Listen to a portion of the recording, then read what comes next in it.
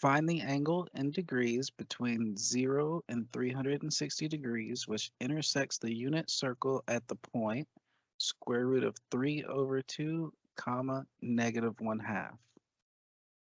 And it also includes, it wants the answer in degrees, but it wants you to leave off the degree symbol. So to answer this problem, I would draw a unit circle and go ahead and label my quadrantal angles.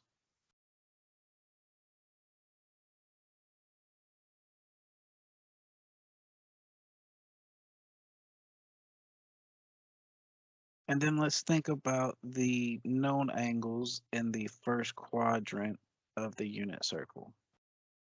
We start at pi over 6, then pi over 4, and then pi over 3.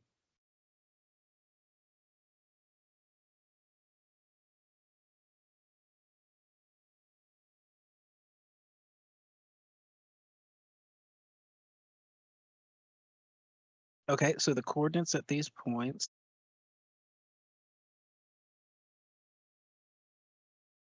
then here we've got square root of 3 over 2, 1/2, square root of 2 over 2, square root of 2 over 2, then 1/2, square root of 3 over 2, and then a 0 and a 1.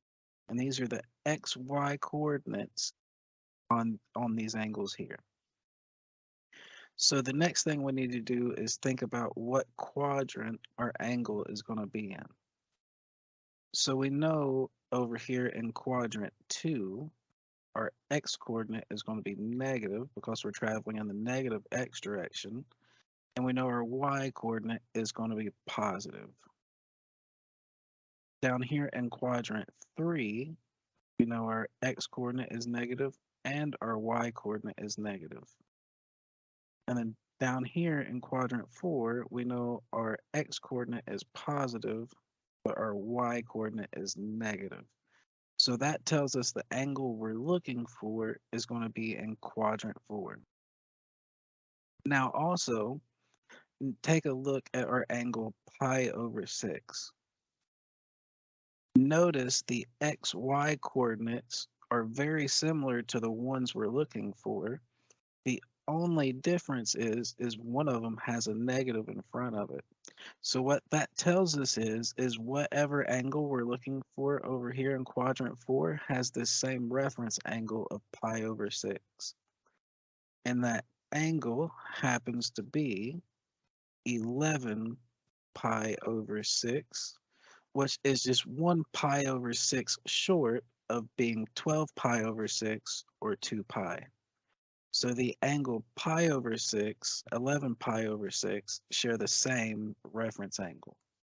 So the coordinates for 11 pi over 6 are going to be square root of 3 over 2, comma, negative half. So again, the coordinates are going to be the same as for the angle pi over 6.